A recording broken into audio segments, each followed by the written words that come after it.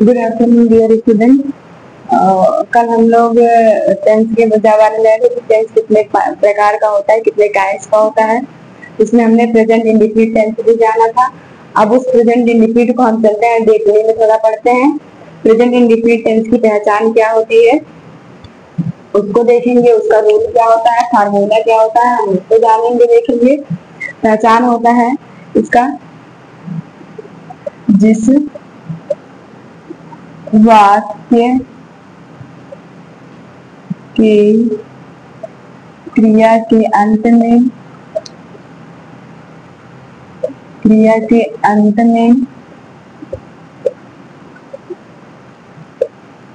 ता है,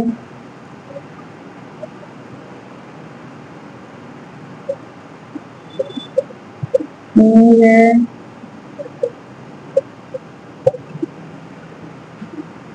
ते हैं, तो हैं, आदि शब्द आते हैं तो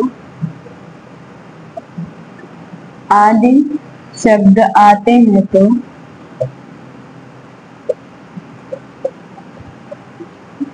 इसे प्रेजेंट इंडिफिनिट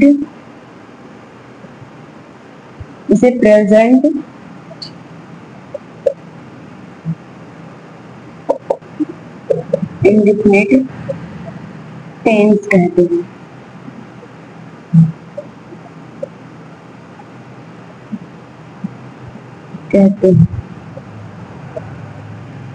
अब ये इसका पहचान की हम जानेंगे कि हाँ कौन से टेंस प्रेजेंट इंडिफिनिट में आया है। पहले उसके हम पहचान के बारे में जानते हैं कि हाँ इससे ये पता चलेगा कि हाँ ये टेंस किस टेंस में है। इस पहचान से ये पता चलता है इसका। अब प्रेजेंट इंडिफिनिट टेंस का पहला रूल क्या होता है, अफर्मेटिव सेंटेंस। फार्मूला है अफर्मेटिव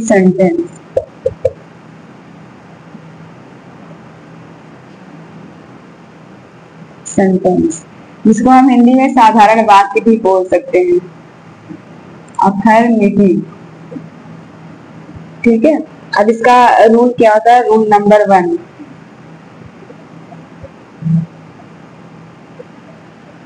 ये होता है कि प्रेजेंट इंडिफिनिट टेंस में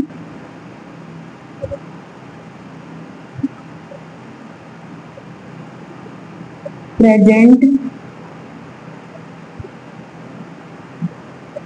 इंडिफिनिट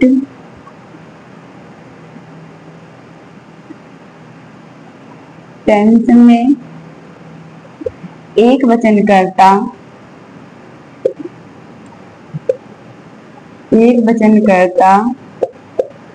he, she, it या किसी का नाम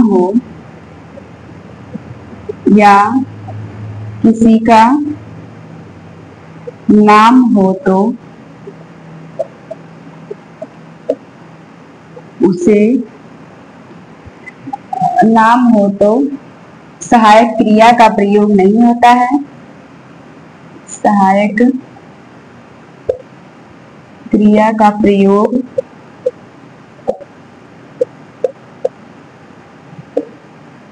नहीं होता है। मुख्य क्रिया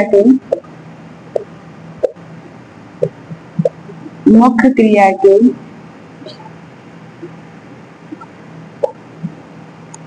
फर्स्ट फॉर्म में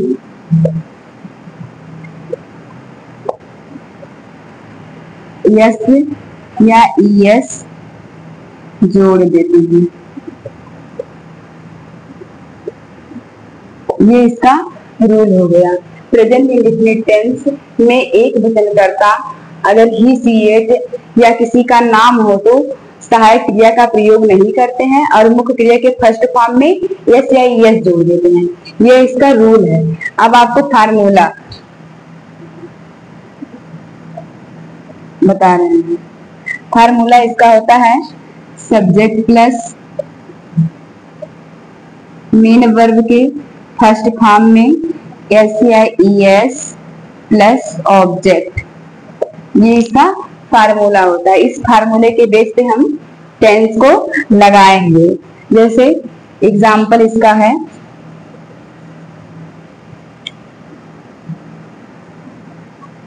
वह रामायण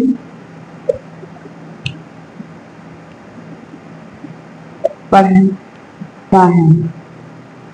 अब हम इसको कैसे पहचानेंगे कि प्रेजेंट इंडेफिनिट टेंस में है? देखिए यहाँ पर जो ता है, यहाँ पर हमने बताया है ना जिस वाक्य क्रिया के अंत में ता है, ती है, ते है, तो है आदि शब्दावली से प्रेजेंट इंडेफिनिट टेंस कहते हैं। तो अगर प्रेजेंट इंडेफिनिट टेंस आपका सेंटेंस आता है, उसके लास्ट में आपको ऐसे मिलेगा, ता है या ती है या तो है या ती है, आपको ऐसा मिलेगा तो आप ये जान जाएंगे तुरंत कि हाँ ये प्रेजेंट इंडेफिनिट टेंस का सेंटेंस है। तो इसका हम पहले कैसे बनाएंगे? इस फार्मूले के बेस पे बनाएंगे। फार्मूला हमको पहले सब्जेक्ट लिखना है। सब्जेक्ट हमारा क्या है? वह की इंग्लिश ही होती है।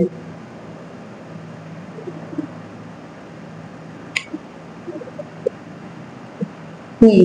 अब मेन वर्ब पढ़ना है, पढ़ने की इंग्लिश रीड होती है, लेकिन हमको रीड में क्या जोड़ना है? SEIES। वाक्य के भाव के अकॉर्डिंग हमको क्या लगाना है? SEIES का यूज करना है, तो हम यहाँ यस का यूज कर देंगे। बीच में आप आर्टिकल दा का यूज कर भी सकते हो, नहीं भी कर सकते हो, कोई दिक्कत नहीं है। फिर रामायण को हम रामायण लिख देंगे। आपका ऑब्जेक्ट क्या है? रामायण, ठीक। और ये अफर्मेटिव सेंटेंस है, इसके लास्ट में फुल स्टॉप लग जाएगा, जैसे यहाँ पूर्ण विराम लगा है।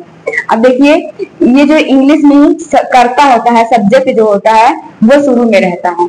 इसको हम हिंदी में कर्ता बोलते हैं और इंग्लिश में क्या बोलते हैं? सब्जेक्ट बोलते हैं। और इसको हम हिंदी में कर्म बोलते हैं और इंग्लिश में ऑब्जेक्ट बोलते हैं। और इसको हिंदी में क्रिया बोलते हैं और इंग्लिश में इसको वर्ब बोलते हैं, ठीक। और इसी को फिर ये देखिए, ये जो सब्जेक्ट है ये अपने जगह पे है, कर्ता या सब्जेक्ट ये अपनी जगह पे, लेकिन ये जो वर्ब है या इसको हिंदी में क्रिया भी बोलेंगे, ये बीच में आ गया है। और ये ऑब्जेक्ट जो कर्म है आपका, ये कहाँ चला आया? लास्ट में। इसको ऑब्जेक्ट भी हम बोल सकते हैं, ठीक है। तो हमें इससे ये पता चल रहा है कि कर्ता जो होता है, सब्जेक्ट जो होता है अपने जगह पर ही होता है, लेकिन ये कर्म और क्रिया में जो होता है हेरफेर होता है, ऑब्जेक्ट और वर्ब, मेन वर्ब में। अब बीच में आपका ऑब्जेक्ट है, लेकिन इंग्लिश में ऑब्जेक्ट लास्ट में चला आया है, और ये क्रिया हिंदी में आपका लास्ट में है, और ये क्रिया कहाँ आ गई है? बीच में आ गई है। तो ये है टेंस। अभी ये आपका आज पहला रूल है, फिर दूसरा रूल इसके बाद हम कल बताएंगे। इसके आगे ऐसे हम 5-6 रूल पढ़ेंगे इसमें। आई होप कि आप लोगों को ये समझ में आया होगा। आप लोग ऐसे हमारे चैनल पे बने रहिए, हम एक टॉपिक टेंस का आपको ऐसे क्लियरिटी से पढ़ाएंगे ताकि आपको अच्छे से समझ में आएगा।